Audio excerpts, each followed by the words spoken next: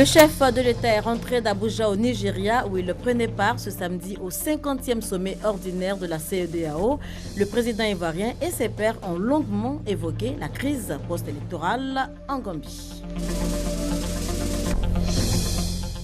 Législative 2016, plus que quelques heures pour aller au vote. Les Ivoiriens sont attendus aux urnes demain, dimanche, pour élire leurs députés. À quelques heures du scrutin, le président de la CEI, la Commission électorale indépendante, appelle au calme. Et puis la Banque africaine de développement va débloquer plus de 500 milliards de francs CFA au bénéfice de la Côte d'Ivoire. Il est question de donner un nouveau visage à la capitale économique en matière d'infrastructures routières. Voilà pour les titres. Madame, Monsieur, bonsoir et bienvenue dans ce journal.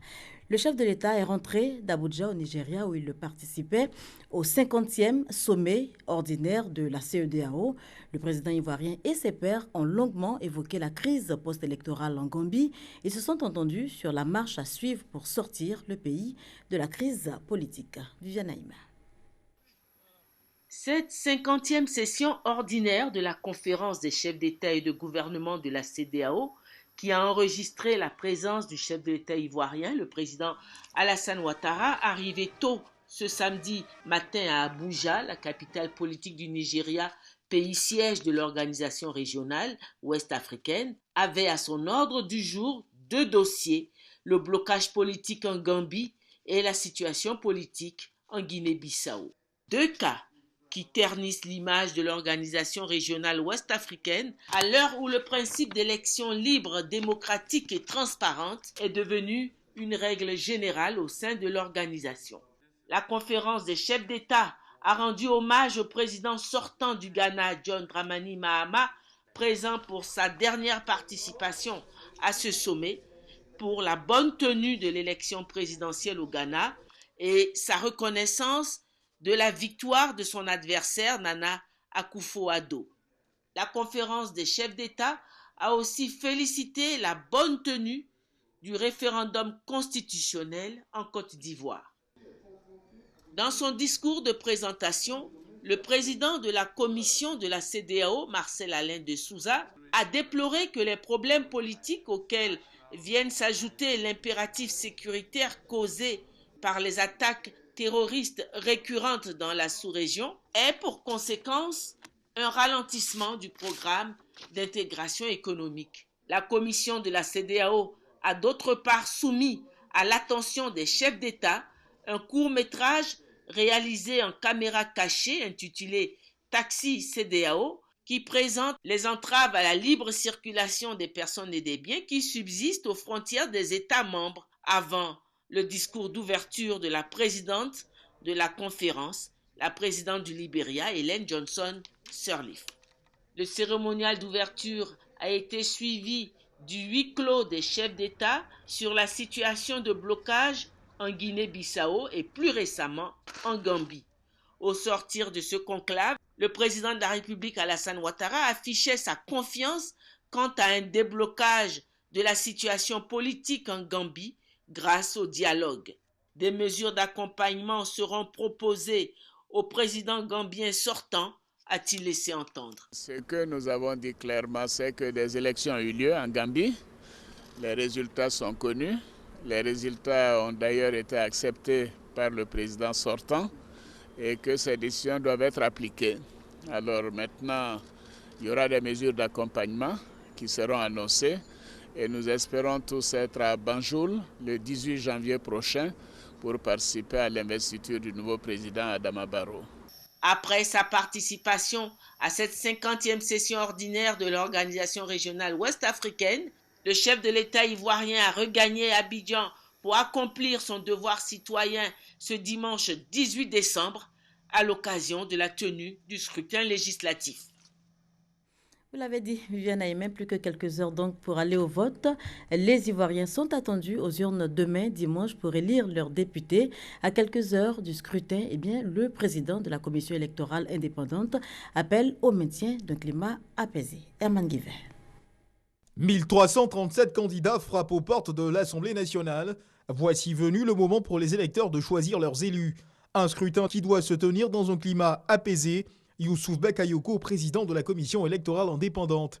Chers frères et sœurs, candidats et candidates, une semaine durant, vous avez mené tambour battant et avec une grande détermination une campagne pour convaincre les électeurs. Certes, quelques incidents malheureux ont été relevés dans certaines circonscriptions. Vous avez toutefois fait preuve, dans votre grande majorité, d'un esprit de civisme et de fair-play électoral exemplaire. La commission électorale, par ma voix, vous en félicite chaleureusement.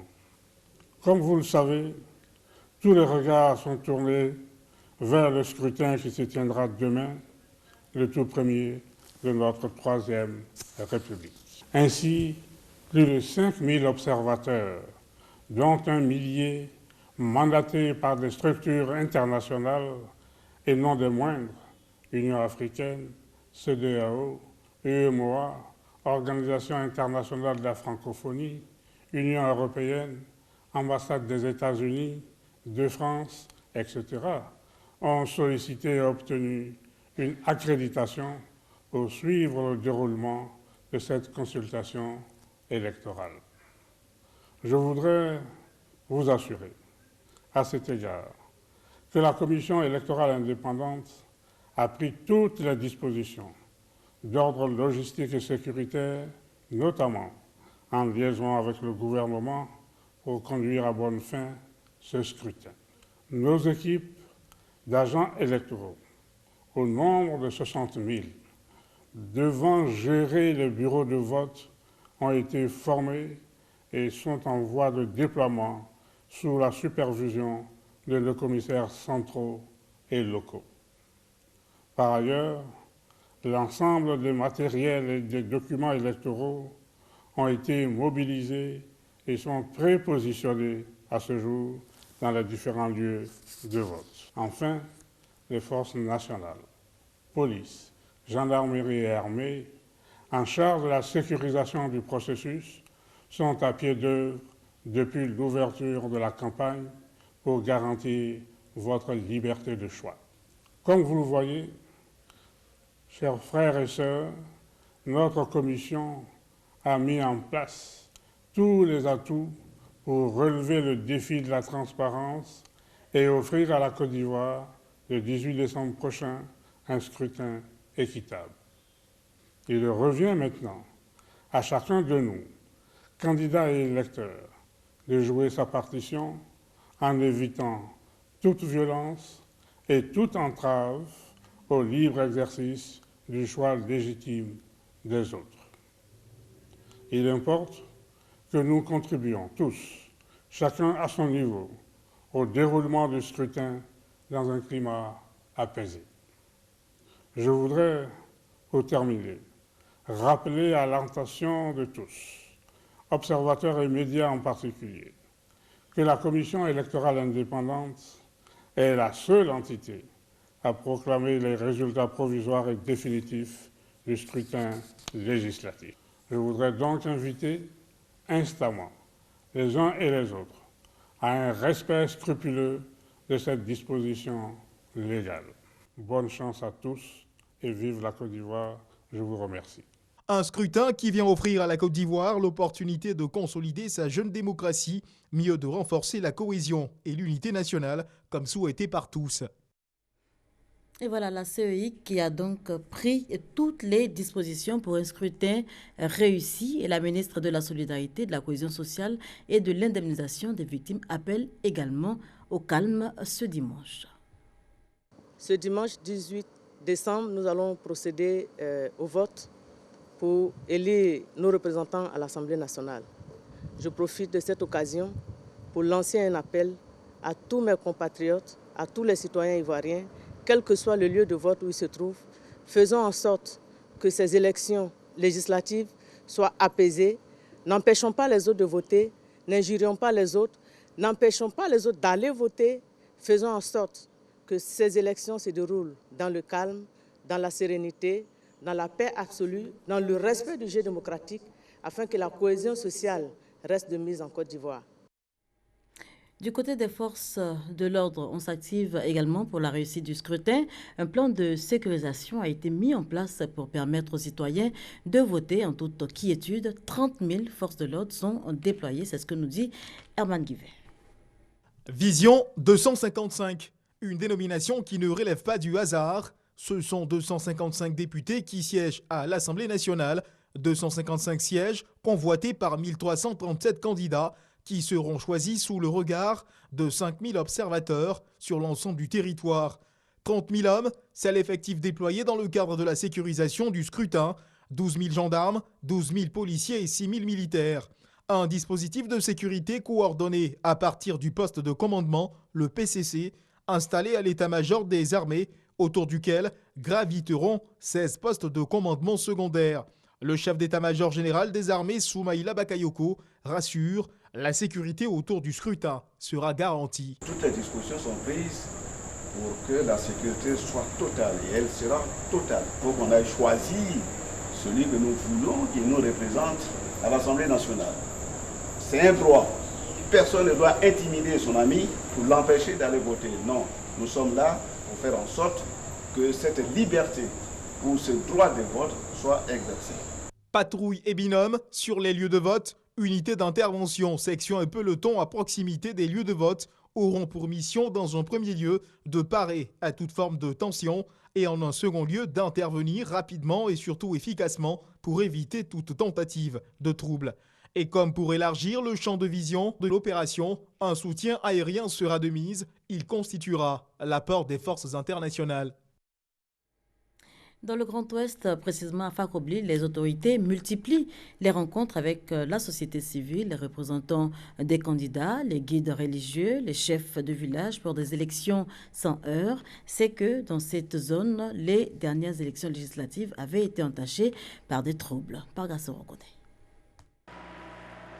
Fakobli, bureau départemental de la commission électorale indépendante CEI. Ici, agents et responsables s'activent pour les derniers réglages avant le 18 décembre, date des élections législatives. Selon le président de la CEI de Fakobli, le matériel de bureau de vote est disponible. Urnes, isoloirs, tablettes, kits de bureau de vote, entre autres. Toute l'équipe au niveau de la CED, l'équipe au niveau des CSP, nous sommes fin prêts pour commencer et nous sommes sûrs que les élections vont se passer dans de très bonnes conditions. À Fakobli, les dernières élections législatives ont été entachées par des troubles, ce qui a suscité la reprise des élections dans cette localité. En vue d'éviter d'éventuels troubles, le sous-préfet de Tieni Sabli a initié une rencontre avec chefs de village, représentants des candidats, guides religieux, présidents d'associations de femmes et de jeunes. L'Ouest a été marqué par les différentes crises.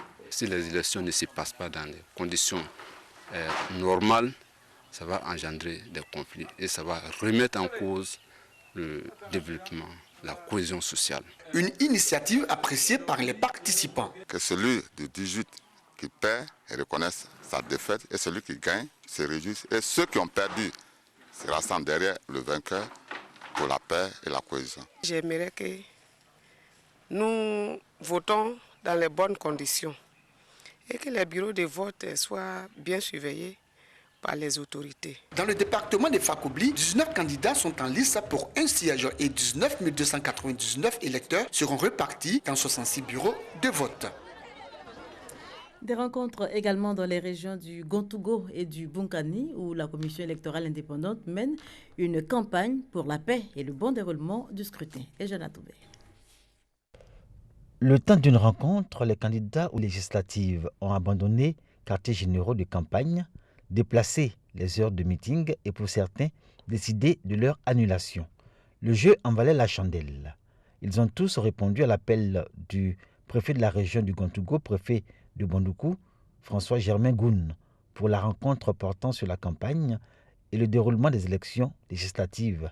Rencontre suscitée par la CEI, Commission électorale indépendante. Ce qui doit primer, c'est l'esprit de fraternité, d'amitié. Les élections vont finir, mais la population demeure.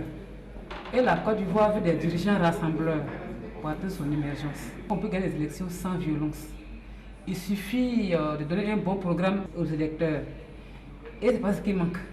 À son passage à Bouna, dans la région de Bunkani, C'est ce même message que l'équipe de la CEI a délivré aux candidats et à leur équipe de campagne sur le ton de la supplication.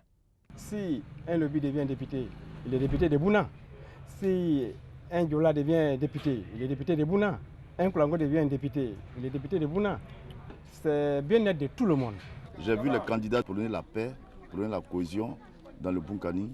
Je les encourage à continuer dans ce sens. Je m'en réjouis. Ce qu'on doit féliciter d'abord, c'est les candidats, parce que ce sont ceux-là même qui sont censés véhiculer un message qui va amener les gens à se confronter.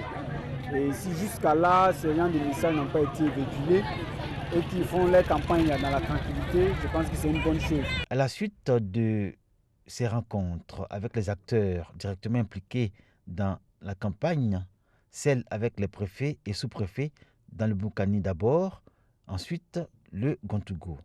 Au centre des échanges, les mêmes préoccupations et attentes de la CEI traduites dans le Code de bonne conduite des élections générales en Côte d'Ivoire.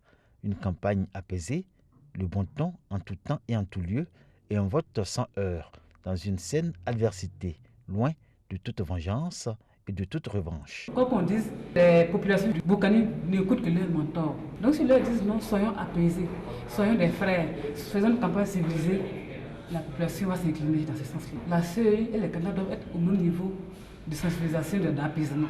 Les candidats à l'assaut des sièges dans le Bunkani et le Gontougo ont montré leur disposition à se conformer au code de bonne conduite qu'ils ont librement signé. Restent maintenant les électeurs de qui l'on attend citoyenneté, civisme et responsabilité dans une Côte d'Ivoire où tout le monde aspire à la paix. Voilà, et le scrutin, c'est donc pour demain, dimanche. On change complètement de sujet. La Banque africaine de développement va débloquer plus de 500 milliards de francs CFA pour booster les infrastructures routières à Abidjan. Le conseil d'administration de la BAD a approuvé ce prêt hier au vu des performances réalisées par l'État ivoirien. Les explications de Adama Koné. On pourrait le dire, l'esprit du Père Noël souffle dans les relations Côte d'Ivoire, Banque africaine de développement, BAD. Le moteur du véhicule du schéma directeur des transports du Grand Abidjan est en marche. La Banque africaine de développement a décidé de fournir le carburant nécessaire pour le trajet qui durera jusqu'en 2021. Ce vendredi, le conseil d'administration du groupe de la BAD a approuvé donc un prêt de plus de 769 millions d'euros, soit 505 milliards de francs CFA. Une enveloppe qui servira entre autres au financement d'un projet de taille, le 4e pont d'Abidjan. Une infrastructure de 1400 mètres connectant les communes du Plateau et d'Adjamé à celle de Yopougon. 70 000 véhicules emprunteront chaque jour le 4e pont. À cela s'ajoute l'aménagement de 87,9 km de voies urbaines rapides, la réalisation de 6 échangeurs et la réhabilitation de faits tricolores de 89 carrefours. Le projet porte enfin sur la gestion des déchets urbains et le renforcement des capacités en matière de régulation de la circulation. De quoi améliorer la fluidité routière dans la capitale économique dont la population actuelle de 4,71 millions d'habitants est estimée à 8,5 millions en 2030 et où le parc automobile enregistre une forte croissance. Si le moteur est en marche avec la mobilisation des fonds, le véhicule du schéma directeur des transports commence à traverser en janvier 2017 avec le lancement des travaux. Et ce n'est pas en tout cas pour déplaire à ces conducteurs de motos à 3 roues. On le savait en tout cas d'une grande utilité à l'intérieur du pays en matière de transport des marchandises et même des personnes. Les motos tricycles gagnent désormais du terrain à Abidjan et sont de plus en plus sollicités par les populations. Le constat de Malika Koulibaly. Nous ne sommes pas à Katiola, encore moins dans une autre ville de l'intérieur du pays. Nous sommes bien à Abidjan, à Cocody. Ici aussi, dans cette grande agglomération, les tricycles ont fait surface. Nous sommes quittés à Yopougon et nous sommes venus déposer Plakali à Petit Bassam pour Boué. 10 sacs de Plakali, puisque nous pensons chez elle, nous avons déposé les 10 sacs chez elle. Et maintenant, nous allons déposer les 6 sacs de bananes chez notre client. Pour mieux comprendre ce nouveau trafic, rendez-vous à Adjamé où il prend toute sa source. On poussait au trou. Donc quand le moteur est sorti, les gens ont payé le moteur pour nous donner, on fait recette. On prend bagage 5 000, on va beaucoup. Et des fois on peut faire 3 voyages. Et gagner moins c'est 15 000. 15 000 après recette, on prend carburant 2 000, on gagne plus de cocottes. Un moyen exclusivement consacré au transport des biens, des marchandises. Il se développe assez rapidement car les commerçants le trouvent beaucoup plus bénéfique. Bon, il m'a pris à 6 000. D'Adjamé à Brodmi. C'était une taxi, elle avait au moins 10 000, 8 000. Si tu vois que les femmes viennent derrière nous parce que ça les arrange. Parce qu'on prend, on s'en déposer, c'est à la maison ou soit dans les places au marché. Nous, on transporte, on s'en met dans les places. La floraison de ces engins motorisés à 3 roues dans le Gotha du transport abidjanais n'est toujours pas sans difficulté. Leurs concurrents sérieux, les taxis compteurs d'un côté et de l'autre les taxes municipales. Non, ça ne nous arrange pas parce que si on doit prendre des clients avec trucs, on ne peut plus les avoir puisque deux ou trois clients se mettent ensemble, ils prennent les tricycles et puis ils s'en vont. Mais ce que j'ai pris, 10 sacs de placali, tu ne peux pas prendre. Voilà. Non, toi et moi, nous ne sommes pas sur la même voie. Ce qui nous fatigue là, c'est à propos de la mairie là. C'est à propos de la mairie. C'est la mairie qui nous fatigue. Sinon, tous les motos là, ils ont papier complet. Dans ce vaste trafic dans la capitale économique, les 3 roues trouvent le moyen de se faire valoir. Le risque que cela peut occasionner, ils le savent, mais peu importe. Depuis maintenant 5 ans, il faut aussi compter avec eux pour transporter nos bagages. Et pourquoi pas nous-mêmes pour un petit tour. Les gérants de cabines téléphoniques observent un arrêt de travail depuis maintenant 3 jours. Ils sont en grève depuis jeudi. Ils protestent contre la faible marge de bénéfices qui leur revient. Un arrêt de travail qui cause des désagréments aux abonnés de téléphonie mobile. C'est ce que nous disent Davis Oyo et Grace Kando. Depuis 3 jours, les gérants de cabines ont entamé une grève de 72 heures sur toute l'étendue du territoire pour multiples raisons. Entre autres, la faible marge bénéficiaire qui leur est concédée par les différents opérateurs de téléphonie mobile. 4%, ça ne nous arrange plus. C'est du commerce que nous faisons et ce que nous gagnons là est insignifiant. Sur un rechargement de 10 000, nous n'avons que 400 francs. Et je dis bien 400 francs. Nous voulons que lorsque nous rechargeons 10 000, nous ayons 2 000 sur les 10 000. Un mot d'ordre suivi également par certains fournisseurs d'unités. 600 000 francs vendus par le ministère de téléphonie mobile en Côte d'Ivoire.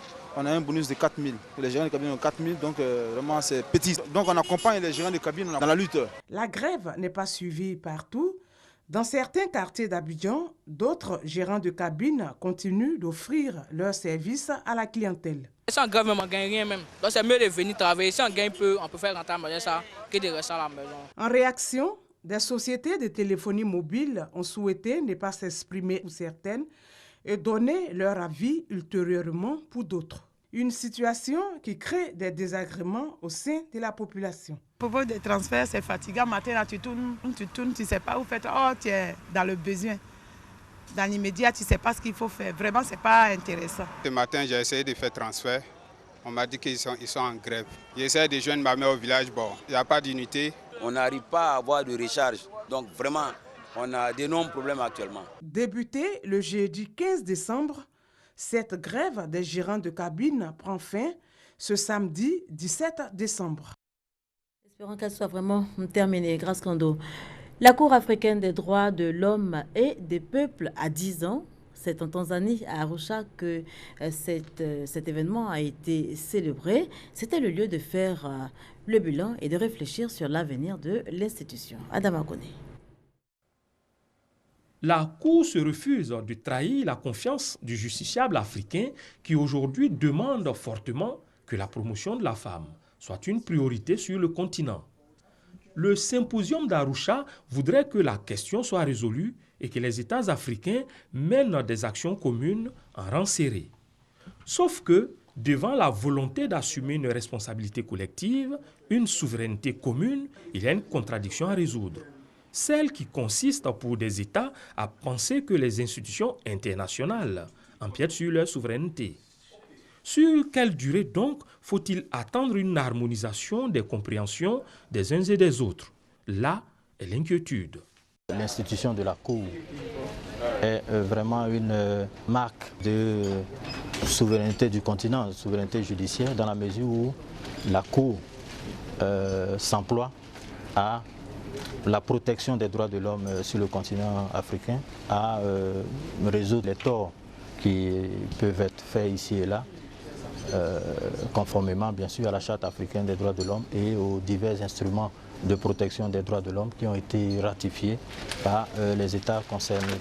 Ce n'est donc pas une entorse à la souveraineté des États que de pouvoir jouer le rôle que la Cour joue. Pour sortir de cette situation, les États sont invités à remplir leurs engagements vis-à-vis de leur peuple, de respecter ce que la communauté a décidé et d'éviter toute duplicité. On parle également cinéma dans ce journal. Fin du tournage de la série Au milieu d'un rêve. Cette semaine, ici même à Abidjan, c'est une coproduction RTI The Entertainment. L'équipe de production indienne était à Abidjan pour les dernières prises de cette série tournée entre Dubaï et Abidjan. Les échos avec Christelle Mela. My friend! Good to see you. Okay. Dans la boîte, depuis ce 12 décembre. Après Dubaï, le tournage de la série Au milieu d'un rêve s'achève ainsi sur les rives de la lagune ébriée. Pour ces dernières séquences, les techniciens à la tâche sont ivoiriens et indiens, et la seule langue qui vaille est le script. And action!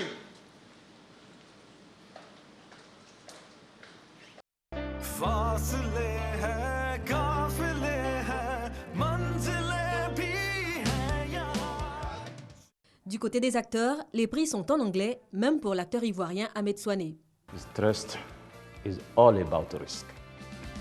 Au milieu d'un rêve, une série de 26 épisodes de 26 minutes, coproduite par la RTI et la major indienne The Entertainment. Alors il faut savoir que tout cela a démarré par une coïncidence. Les stands des deux sociétés étaient voisins au Discop 2015 à Johannesburg. Et nous avons commencé à échanger. Nous nous sommes rendus compte que nous avions la même vision d'un cinéma africain innovant.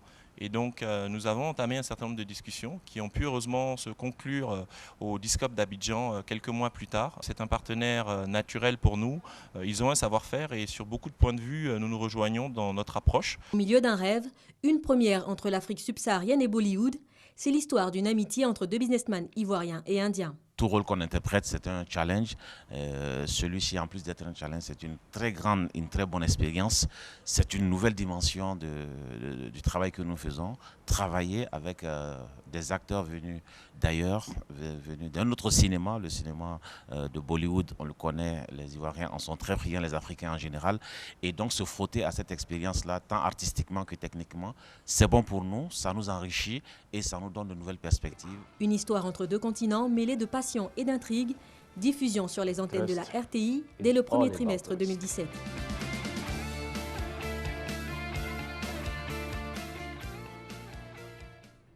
Et Moussa Konaté nous fait, lui, écho de ce film sur la vie des ex-loubards, les loubards des années 80. Les Igéi rendent hommage à Houphouët-Boigny, c'est le titre de ce film documentaire réalisé par Kipré Jean-Omer, alias Saint-Polo. C'est le fruit de 10 années de travail. Regardez. Le Zigéi, mouvement de la rue des années 80 et 90, a marqué l'histoire de la Côte d'Ivoire.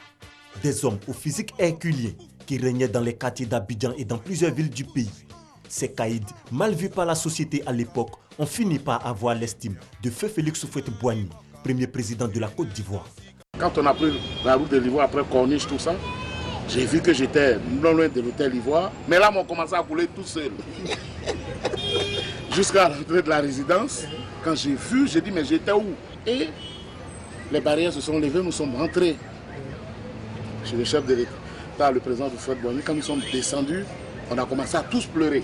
Dès son apparition, une certaine sérénité s'est emparée de nous qu'on ne peut pas expliquer. C'est la sérénité que donne le chef, le père, le grand-père, la famille. Vous êtes un père pour nous. C'est grâce à ce père-là qu'aujourd'hui, nous sommes ce que nous sommes. Nous sommes devenus aujourd'hui des hommes. Parce que beaucoup sont en Europe, beaucoup travaillent et que ça nous a permis de quitter la rue. Comment ces Louba ont bénéficié de l'admiration du père de la nation? Qui sont les Iguéi et qu'ont-ils apporté à la culture ivoirienne? Les réponses à ces interrogations dans ce film documentaire Les Enfants d'Oufou. Fruit de 10 années de recherche, l'œuvre cinématographique à travers images et témoignages retrace l'histoire de cette philosophie. On peut affirmer que ce mouvement est le déclic de la musique urbaine de Côte d'Ivoire. Fouette a été généreux avec la rue. Donc c'est un hommage. C'est le seul qui a pensé comme ça. Pour la famille Zigui, Félix Houphouët-Boigny ou Don Féfal, comme il l'appelait, est celui qui a donné un nouveau sens à l'existence des hommes de la rue. Également de la salsa dans cette édition, c'est le week-end et ils sont nombreux, les adeptes de ce genre musical, à s'être donné rendez-vous dans les endroits dédiés à la salsa, qui pour échapper au stress, qui pour faire la fête. Regardez. De la dextérité, de l'habileté, de la classe. Ici, on danse la salsa. Et c'est ainsi tous les derniers samedis du mois dans cette boîte de nuit située dans la commune de Treichville. C'est ici donc que Brigitte a décidé de mettre en pratique ce qu'elle aura appris des semaines durant. Je suis venue avec une amie, on est venu s'amuser, se détendre. Nous prenons des cours de danse, de salsa et de rock. Et donc on a voulu voir si on avait appris quelque chose. Après la théorie, place donc à la pratique et notre salsera semble en avoir appris beaucoup. Le rythme est syncopé, donc on peut suivre, on peut compter dans sa tête au début quand on apprend. Donc c'est d'ailleurs comme ça qu'on fait, on compte les pas et puis après ça va tout seul. Une fois qu'on a bien assimilé les pas, le reste suit.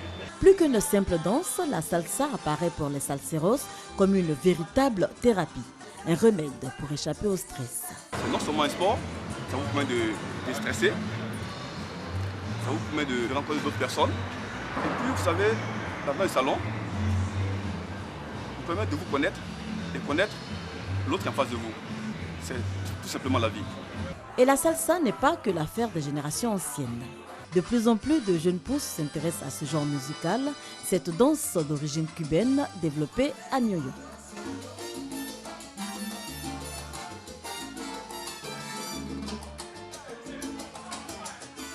Non, je ne pense pas que ce soit réservé aux vœux, bien au contraire. En tout cas, ça permet de se sentir jeune tout le temps. Nous sommes tous appelés à vieillir et nos danses locales, les danses urbaines en particulier, ne traversent pas les temps. J'imagine qu'il est souhaitable qu'on danse la salsa parce qu'elle vit depuis.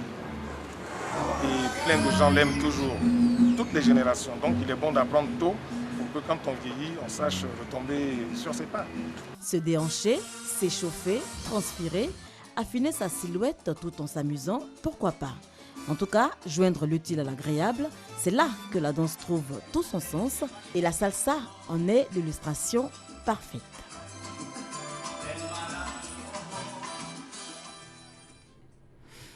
Hors de chez nous, en France, la haute autorité des primaires a publié la liste des candidats retenus pour la primaire de gauche.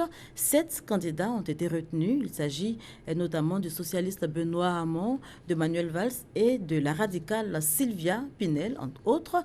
Notez que 2 candidats socialistes ont été recalés, Gérard Filoché et Fabien Verdier, qui avaient déposé sa candidature au dernier moment. Le premier, faute de parrainage suffisant, selon le président de la haute autorité, Thomas Ackley.